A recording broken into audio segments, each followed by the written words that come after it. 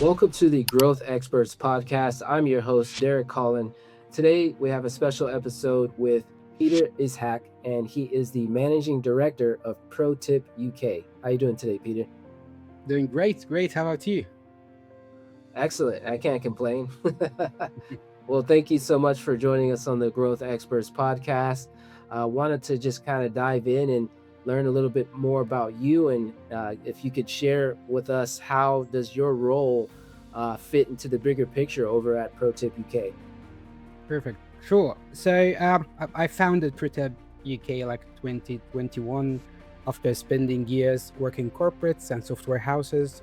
My background originally in engineering, so I've been doing recruitment mostly passively before I started ProTip UK. ProTip UK, when it started, I think I was focusing on more consulting to startups, especially in the technology field, and it grew up from there. I started getting clients from several regions and countries. And I'm currently responsible for the company, from managing it operationally and working with few strategic clients, as also building up and growing up the teams in different regions. Oh, awesome. Very cool. So can you tell us, what do you guys do at ProTip? What type of clients do you work with? What's your ICP, all that good stuff? Sure, sure.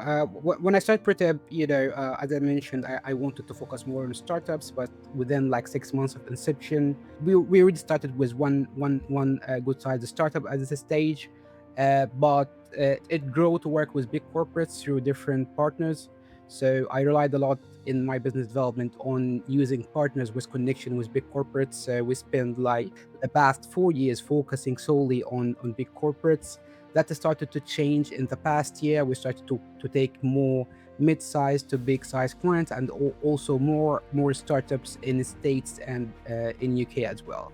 So our client base is diverse. We call ourselves industry agnostic, which means we can work with multiple industries, but with their tech team products. So we hire for our clients around their tech team products, whether it's going to be in product management, design, engineering, marketing, even the commercial roles around that.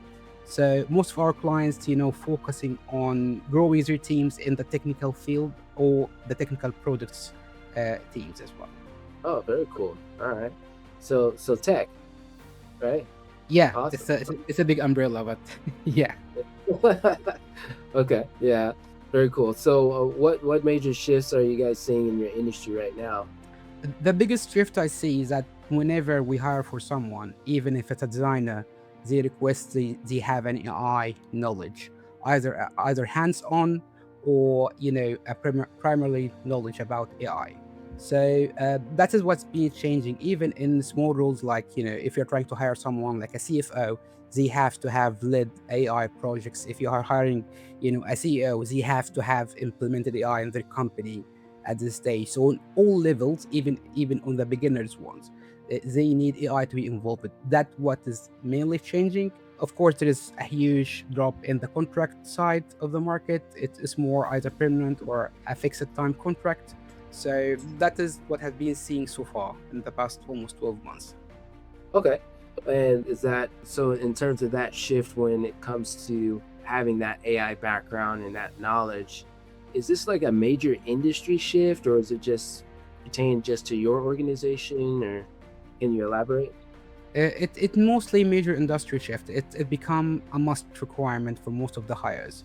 That is actually pushing back most of the most senior people in the tech field that hasn't been using AI or not familiar with it or haven't delivered something with that. They put them in the back of the queues sometimes. Most of the tech startups are young people. They are been using this for long years, and you see it. They're almost a startup like every couple of days. There's a new startup there on a new AI concept, and it requires teams to have similar level of knowledge so they can build together. Yeah, yeah. And how has AI or this, technology shift impacted your business or growth strategy? So first, the whole team needed to understand how to use AI to speed up. First of all, what AI tools are there. So if the client asking for someone to use, a designer that have a knowledge of Lovable, So if the recruiter haven't seen this tool or know enough about it, if the candidate mentioned a different tool, they could reject them. So we have to educate our team about all the tool, all the requirement, what are the differences between that. In addition to that, we started using AI in our work heavily. So we need to speed up the process. Sometimes the recruiter can have maybe 6 or 5 roles he need to hire for at the same time. So in order to do this, he needs to make sure that he hasn't missed anything. So we use AI to analyze the conversation between us and the candidates, also reanalyze the client requirements, trying to make sure that nothing has been missed. So we try to do a volume at some time, and productivity is a key. AI is a very helpful tool, but you can't rely on it 100%. So you have to put your head on it and make sure that you're asking the right question to the prompts and using the right tool to provide you with summaries and comparative across all deliverables. Yeah, definitely. And then in terms of the clients, you hinted on this, we were kind of discussed it, but what are your primary targets for the type of clients that you work with in the industry? So it's branch it to two things. First, we're gonna continue working with the corporates that we already built a relationship up with, and we already become a supplier or approved supplier for them. The other branch, we gonna keep targeting the startups to mid-sized companies that is in technology field. They have a product they want to either go to the market or grow their technology teams as well. Gotcha. Okay. Interesting.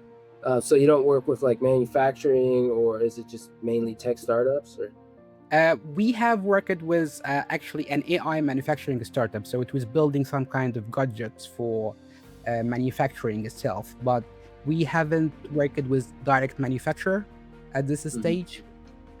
We have worked with some companies in the construction technology. So you're gonna find the technology at the end of it anyway, regardless of the field. Yeah, yeah. Okay. Awesome. So what's working well for you guys right now at ProTip UK, and what's been frustrating? Last year, there was a big frustration because of the market volatility. Some of the big corporate that we are working with had to stop, using contractor services or any kind of vendor services for some of the deliverables, and that was actually a big hit, affected a lot of our clients in the States and the UK as well. And that was the biggest frustration for the team. We're expecting a huge volume from these clients, and then we started to focus more on either startup or mid-size that does not related to this kind of market volatility. What working well with us is the team itself is very distributed. So our team is based here in the UK and Turkey, in Spain, sorry, in France, Spain. We had someone in Spain but had left a long time ago, and also we have people in Egypt as well. All of them are senior people, so they are 10 plus years experience. So that helped us, deliver the right communication quickly, and also to figure out how to serve the clients, faster.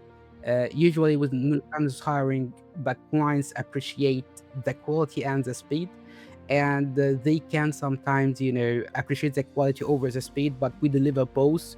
So that's Mhm. allow us to compete with some big names in some of the previous projects. Oh, cool. Yeah, definitely. Remaining competitive is always a good thing for, a successful business. So which metrics are you guys focused on improving, whether passive or active? So in terms of active matrices is actually the conversion for the business development and number of candidates vs number of accepted to interview. Our Mm. methodology is not bombarding our clients with tens of candidates per role. We give them like maybe 3 to 5 candidates at max that we are sure they are good. I remember one of the roles that we opened like last year. It was for a back end AI engineer, and we received Mm. 1,000 plus candidates. So we spend the time. We were not projecting this, automatically. We have reviewed every candidate. We present like 3 people, and the role was open for one candidate. The client selected 2 of these, and they only had, Mm. because of the quality of the people we have sent. So what matters for us is, how many candidates are being interviewed from the people we actually sending to our client or recommending to our client to see. Ah, okay. Awesome. So what do you want people to know who might hire ProTip UK for your services? Okay, so in essence, we are a boutique agency, so we are very flexible.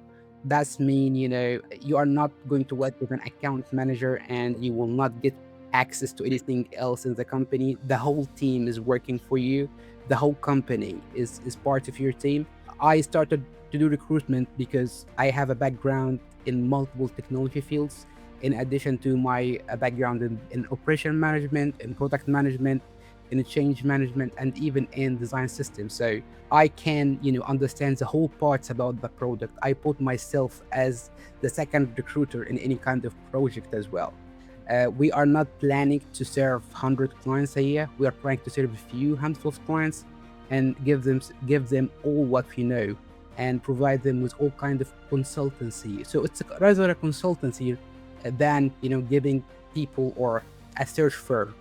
So we call ourselves, a recruitment consultancy, rather than Mhm. suggesting names for you or profiles for you. Yeah, yeah, definitely. It's always good to make sure that you have business set up in a way that really helps the client, so that you can retain them and have time management to service them as well. So I definitely understand what you're saying. So when it comes to speed, you mentioned speed earlier. How has speed, play a factor in your organization, whether it's, a go-to-market strategy or speed to helping a client? Is speed critical this day and age?